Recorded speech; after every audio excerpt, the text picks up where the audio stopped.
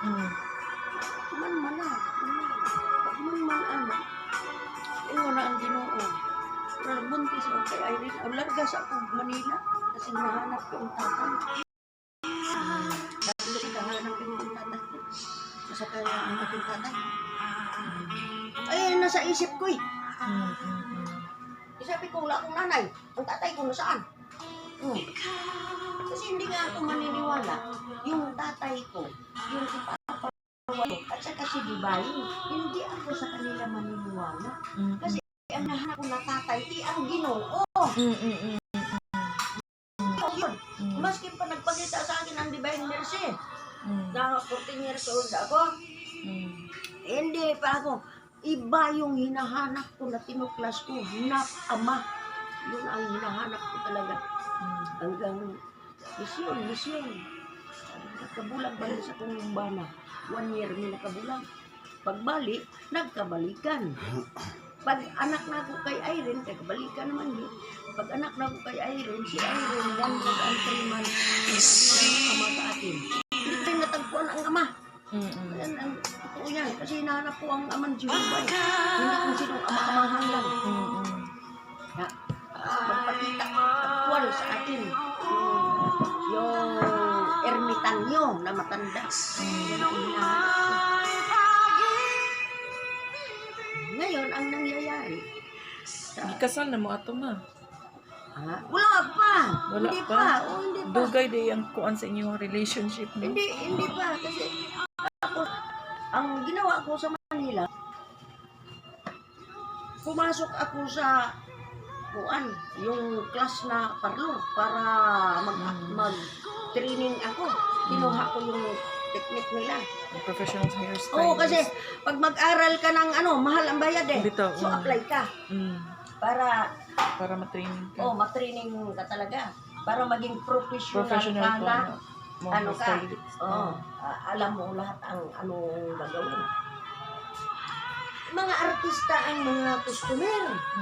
Ay, Cinderella, dito sa loob. Mga artista. Ay, kapitbahay ko si isa pa rin Altantay, na ang asawa ni Altantay si artista, nga. Kuan siya, pag-ubong-ubong siya ni Altantay. Naawa ako ba? Kasi magsinggit-singgit ko na isa na ko na artista. Tapos, ang payo ko, hiwalayan mo na lang. Kasi naging kaibigan ko, puro na mga artista, mga scriptwriter, si David Ortiza, Ano ba kundi eros lang? Nagbantay mo ang ito. ilang Maminaw ito. tibuhat sa ako. Kuhaon ako artista. Artista na. Dili na ako diri sa aking trabaho. Mapunta na ako diri sa movie. Ang mga artista magikuha kang PA, personal assistant nila. Kanang tigkuan nila, tig-makeup, ana. Dili. Gikuha din sa Jan and Gikuha sa Marcia. jukag artista. Kuhaon akong artista. Nakitaan ka sa direktor. Dili, ay direktor na nga ang mga ako scriptwriter. Customer ko yan sa ako yung taga manicure. Nya pagkakita Ako nila yung nimo. taga-pisyal. Mga artista ba? Siya mo unti ka artista. Ilan ko, mga Bisaya man din. Mga Bisaya. Mga Bisaya. Si Bibit, Bisaya nang dako taga Cebu. At tapos nana ko'y papel na script na ko. Una niya, Jan and Marcia na salida. Kita kabut ko na salida. Kuan man. Comedy kaya na. Kanay, yan sila si Lisa Lorena. Sila Liza Lorena. Mama man ni Tonton Gutierrez. Si Kuan, Dante Rivero, si mga direktor, kuan. Ako yung binabalik-balikan nila na mapunta sa movie. Kanya kay dili manggyo ko kay niingon naman ang Ginoo, mamimili ka. Mag-artista ka, mag-misyon ka. Bitaw. Naganyan naman ko. Kung mag-artista ka, masahol ka pa sikat sa artista kaysa imong misyon.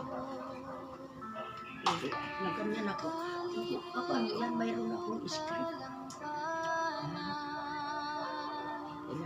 misyon. Misyon ang aking pinili. Pinipili. Oh, kasi pinipili na ako ng Ama. Magmisyon ka, iligtas mo mundo, magugunaw ang hirap sa kausan. Kasi iniisip ko na eh. Ang iniisip ko kung si Irene.